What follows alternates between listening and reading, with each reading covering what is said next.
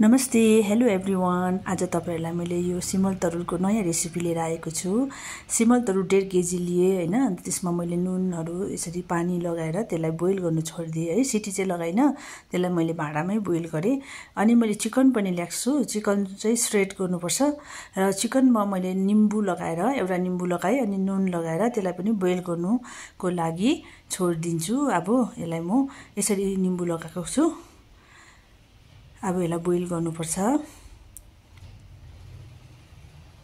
नुन लगाए। अब यसलाई बोइल गर्नुपर्छ पानी लगाएर है। यसलाई पनि बोइल गर्नु त्यतिकै छोड्नुपर्छ।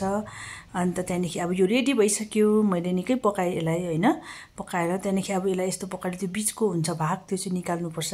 मैले मिक्सीमै यसलाई डो बनाउनुको लागि यसरी रेडी पारे। हेर्नुस् है, काटेर कैंचीले काटेर हैन, हातले अब छुरीले काट्दा पनि हुन्छ।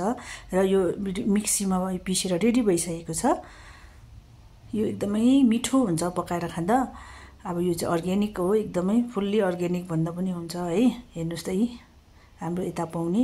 अनि अभोकाडो लिएको छु अनि एउटा टमाटर, अब स्वाद अनुसार चिल्ली पनि लगाउने हो हैन, नुन पनि लगाउने हो।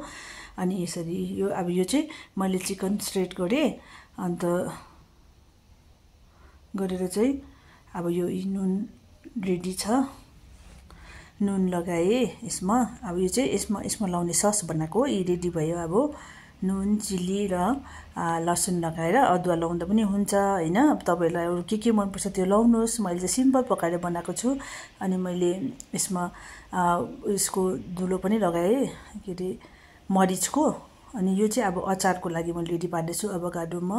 अब मैले चाहिँ यो खोर्सानी, डल्ले खोर्सानी सुकाएको थिएँ, त्यही मिठो लाग्छ मलाई चाहिँ। अनि त्यो अन्त फ्रेस लगाउँदा पनि हुन्छ, अहिले त पाइहाल्छ जताततै हैन। अनि यो अभोकाडो लगाएर चाहिँ अब यसलाई मैले अचार रेडी भयो। अब यसरी त्यो डो जुन चाहिँ बनाएको थियो त्यसमा चाहिँ यसरी हेर्नुस् त, यसरी बेल्नुपर्छ। बेलेर यसलाई मोटो मोटै बेल्नुपर्छ। अनि बेलेर चाहिँ त्यहाँदेखि मैले चाहिँ यसलाई चाहिँ यस्तो शेप दिएको छु। हेर्नुस् त यी यसरी हो। यसलाई मोटै राख्नुपर्छ। यो त अलरेडी कुक्ड हो नि त हैन। अन्त त्यसले गर्दाखेरि चाहिँ यसलाई चाहिँ हल्का यसलाई यसरी तेल लगाएर गर्दा पनि भयो, बटर लगाएर गर्दा पनि भयो हैन। त्यसरी राख्नुपर्छ। अनि हल्का यसलाई तावामा लगाएर यसरी पकाउनुपर्छ। अलिअलि रातो घिउ, मैले चाहिँ घिउ लगाए, बटर लगाए। जे लगाउँदा पनि हुन्छ, त्यतिकै बनाउँदा पनि हुन्छ हैन। यसलाई त्यतिकै अब रोटी जस्तो सुक्खा बनाएर बनाउँदा पनि हुन्छ। अनि यसलाई मैले यसरी काटे बीचबाट।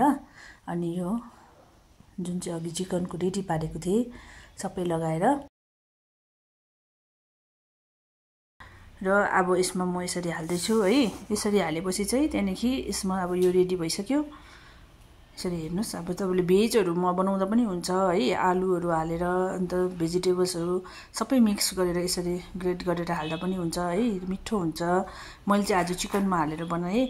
यो साह्रै मिठो भएको छ हैन। हेर्नुस् त यी एकदमै मिठो हुन्छ। रेडी भइसक्यो। अब यो अचारसँग अब सर्भ गर्दा हुन्छ। Thank you for watching.